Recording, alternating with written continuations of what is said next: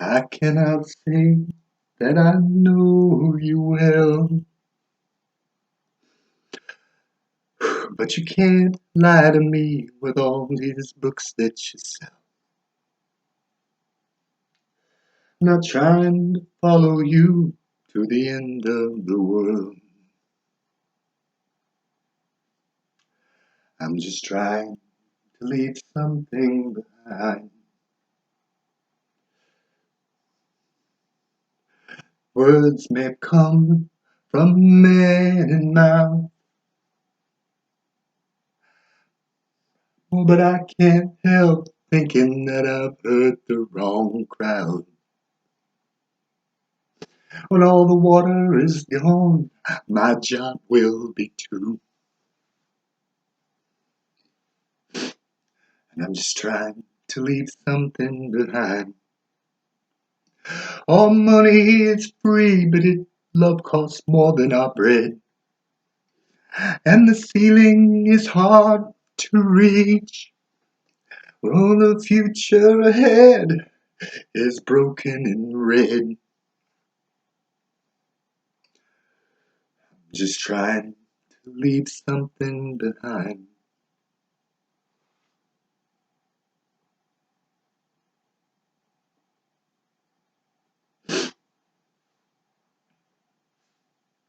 Today, I will be admitted to a psychiatric hospital at my own request, under my own recognizance. Went to the emergency room yesterday. I told them that that was what I wanted them to do, and that I would not consent to any treatment until I was evaluated for a diagnosis.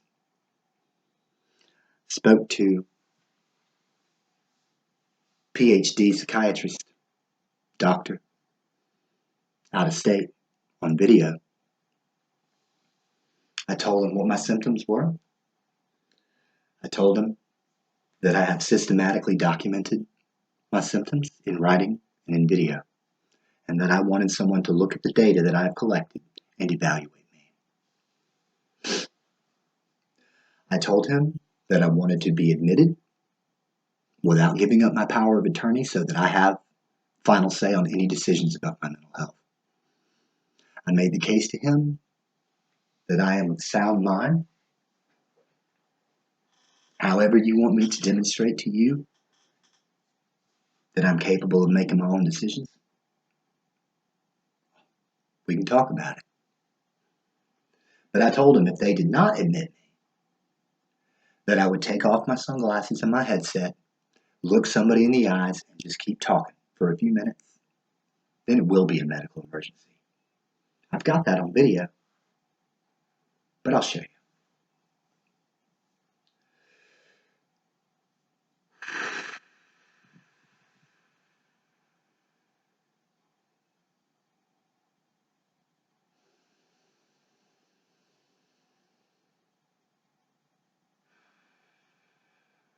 Two breaths. Two breaths sometimes all it takes. I force their hand. Somebody's going to help me today. I don't want to wait for months and months and months suffering like I do.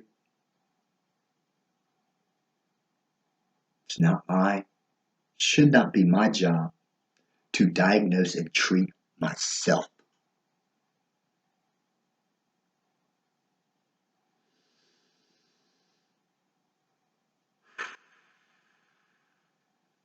I don't know. I don't know how long I will be in the hospital.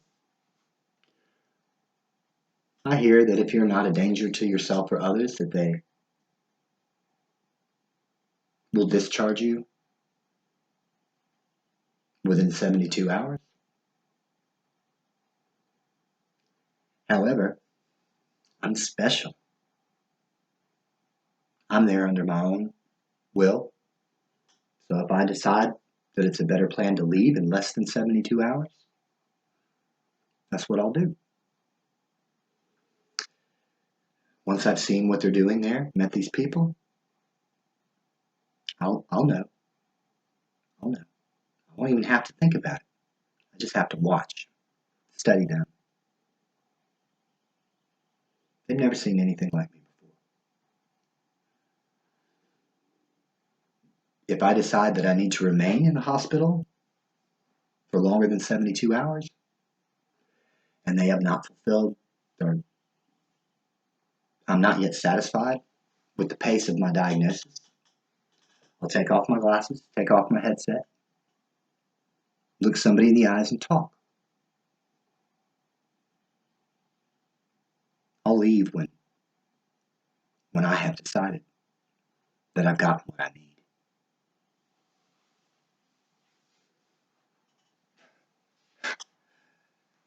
They're welcome to try to take my power of attorney away from me. Just send my documentation, a YouTube link, share some documents with whoever, anyone who wants access. Go to my YouTube channel. I uploaded all my Twitch videos there and the videos like this that I did. I haven't counted it up, but it's got to be over 50 hours of video, including at least 2 that show an anxiety attack from beginning until a little short while longer. My very first video I made, I conducted an experiment looking into my own eyes to see how long I could do it. I lasted about 4 seconds. Then I couldn't speak for a minute.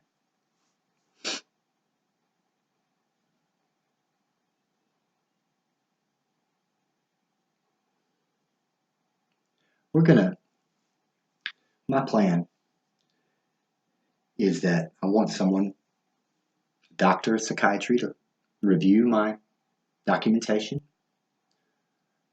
I want to send that documentation to every one of my contacts that I've made. I hadn't thought about that till just now. I'm settling my affairs, but I gotta send emails to Thrive and Duke and UNC and USC and everybody on my contact list needs to know what's happening. And I'll share my documents with anybody, with any one of them. I'll go ahead and do it. I'm ready. I'm not afraid. In fact, I feel so much more comfortable and so much like less anxiety that the choice is mine. I once wrote to a friend, if there is any one man qualified to solve the riddle of my mind so that I might live a life of love and happiness, that man is Dan Edge.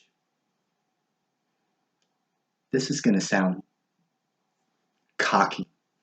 This might be a bipolar illusion. Want to bet? These people that I've spoken to that have studied me, from my perspective, in a lot of respects, they are amateurs at evaluating other human beings. I'm an expert. I'm a super genius when it comes to noticing every little piece of behavior, processing every word, analyzing every collection of sentences that you utter to logical analysis.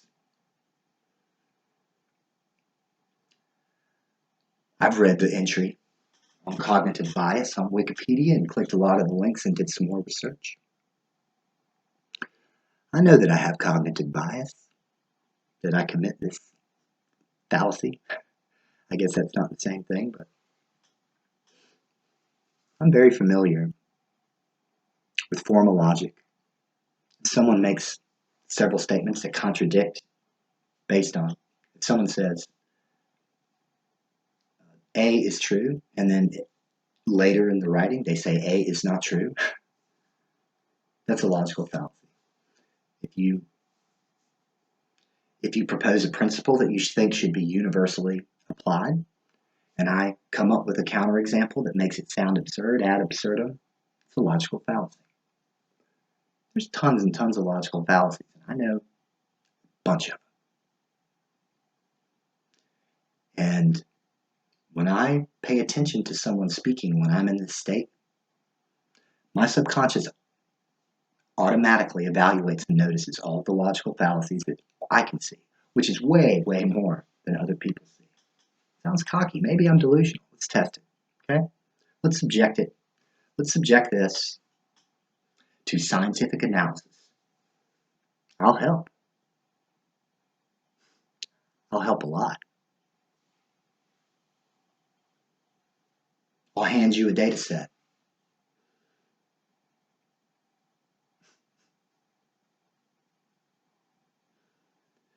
This is crazy, but I've insisted now. It's not just in theory that I want to go by my plan. In practice, I'm doing whatever I see is possible to make sure that I'm making the decisions.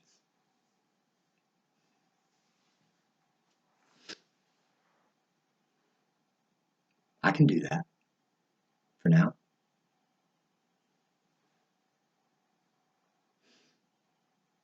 Not sure how long I'll be gone. Bringing my laptop and my phone, and I'm not saying they're going to have to take them from my cold, dead hands, but we'll have a discussion about it. I love you guys. I'll be in touch.